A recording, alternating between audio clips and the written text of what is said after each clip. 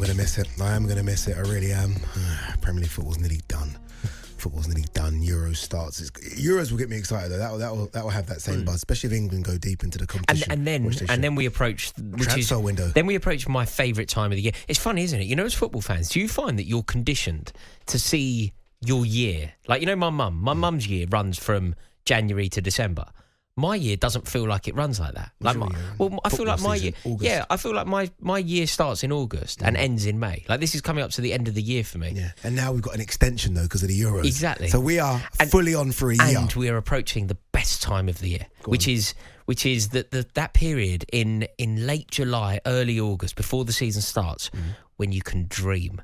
Anything is possible. Anything for anyone is possible. For certain teams. No, for anyone. That's the beauty of it. What would Chelsea dream about?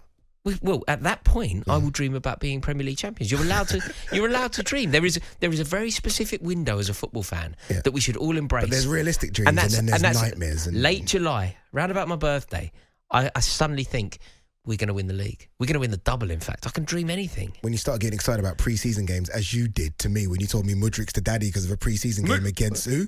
Ryan Reynolds' side. Yeah, Wrexham. We battered them, mate. Rory messaged me and said, Mudrik could do something this season. Mudrik, God, he looked good against Wrexham. I'm not joking. The link-up play, him and Nkunku against Wrexham, we were unplayable. And all of a sudden, mate, if Wrexham was the standard of the Premier League, Mudrik would be unreal. We would have won the league with over 100 points. Unfortunately, it's not. All right, let's focus on the games this weekend. Newcastle United versus Brighton. Newcastle somehow, in the last 5 games, like Eddie Howe's saved his season. Well, look, I don't want to say that because I don't ever think he was going to get sacked.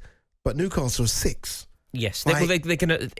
Barring a disaster, they'll make European football next season. Yeah, barring a disaster. Which I know they made Champions League football. So if you were one of those Newcastle fans and thought you were going to kick on again and maybe do something.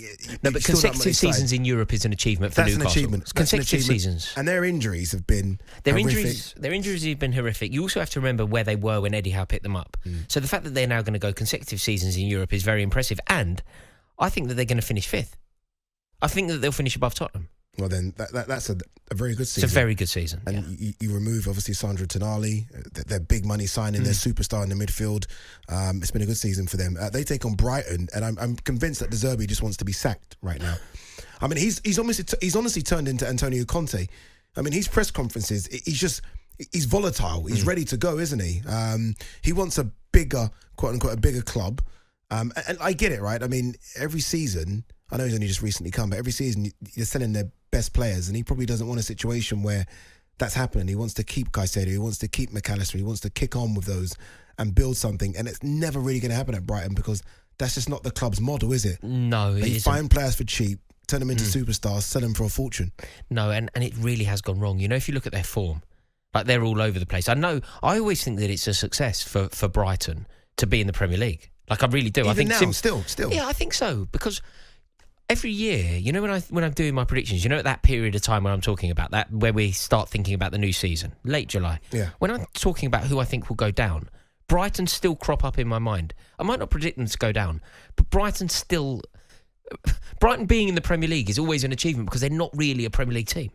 They're not a club that are Premier League. You know, they've managed to find a system to get them into the Premier League. They've attracted managers that have done remarkably well, and they've signed outrageously brilliant players. But as an institution, they're not even Championship size. But you know what scares me about them is when you look at Southampton, you kind of had that same model, didn't they? Southampton, and everyone started picking off their players, and they always found another one. Yes. Right? I mean, it's unsustainable. Yeah, it is, isn't it? I remember when Liverpool picked off Dejan Lovren, they found Virgil van Dijk, and then Liverpool picked him off as well. And then all of a sudden, it's like, okay, we haven't got no centre back. Then you start to kind of struggle, and I hope Brighton don't go down that route. I don't think they will, but hopefully they don't. Newcastle versus Brighton prediction. I think Newcastle win the game. Brighton can't beat anyone at the moment. It's a great time to play them, and Chelsea are playing them soon. So I look forward to us picking up 3 points against them as well. All right, Everton versus Sheffield United. Everton, obviously, look, even with the points deduction, I guess because of that, Sean Dyche has done a really good job when you think about it, right?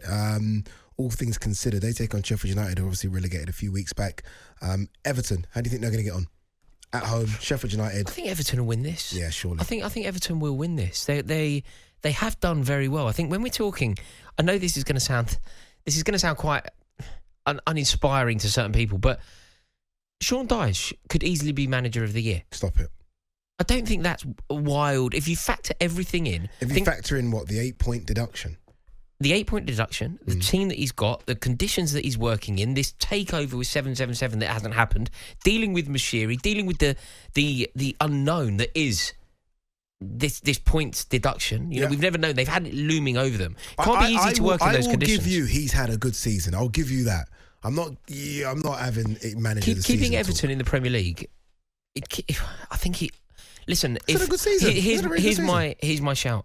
If Arsenal win the league, Arteta wins. If Arsenal win the league, Arteta is manager of the year. If Manchester City win the league, Sean Dyche is manager of the year. Maybe Unai Emery. Is he even in the running? Or is it in your own? I'm predicting the future. I'm giving you a spoiler alert. This is how I feel like it should be. This is the world according to me. Okay. If Arsenal win the league, Arteta deserves it. If Man City win the league, I don't think Guardiola deserves it. It's therefore Sean Dyche. If Guardiola wins a double, doesn't deserve it because they just win everything. Wolves versus Crystal Palace, another manager that's had, I think, a really good season, Gary O'Neill. With all the talk about... I forgot his name now, it's completely gone. David Moyes leaving West Ham. I thought maybe Gary O'Neill would have had an interview. Maybe, I don't know. But no, Gary O'Neill looks like he will stay at Wolves for another season, which I think is music to the ears of Wolves fans. They take on Crystal Palace team that are buoyed by that result against Manchester United.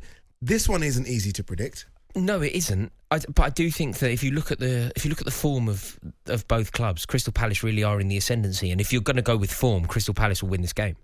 Like Wolverhampton Wanderers, at one point, I thought they were going to get into Europe. Yeah, I really did. I thought Gary O'Neill discussed it. Yeah. But I think what happened is, I think the fact that they survived was success. The fact that they survived was achievement. And I think they kicked. It's very difficult to stay motivated once you've succeeded. So it went a little bit soft for them. It went just a little bit flat. Yeah. But it's been a remarkable season because when Lopetegui left them in the summer, I thought they were down. I think he thought they were down, which is part of the reason he left. And Gary O'Neill has saved them, and not only saved them, he had them dreaming of Europe. It's a remarkable achievement from him.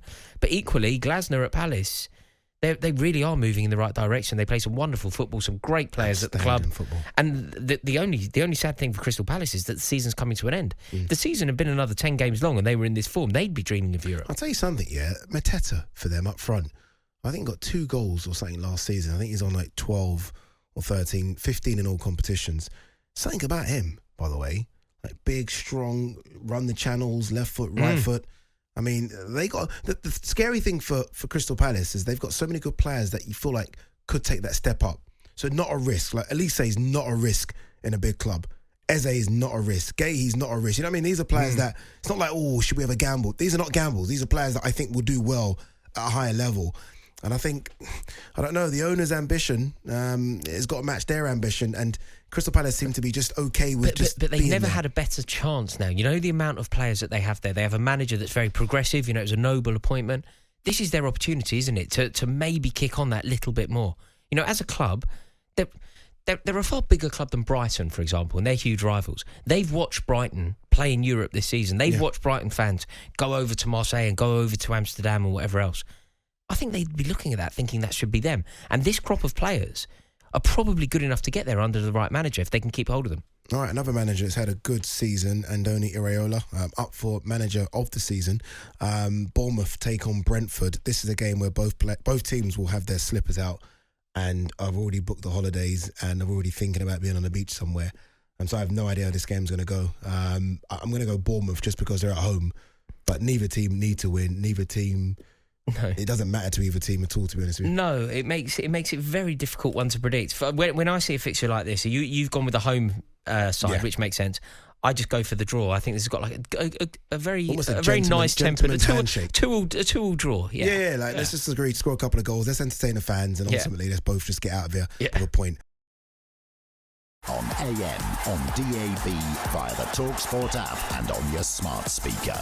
talkSPORT.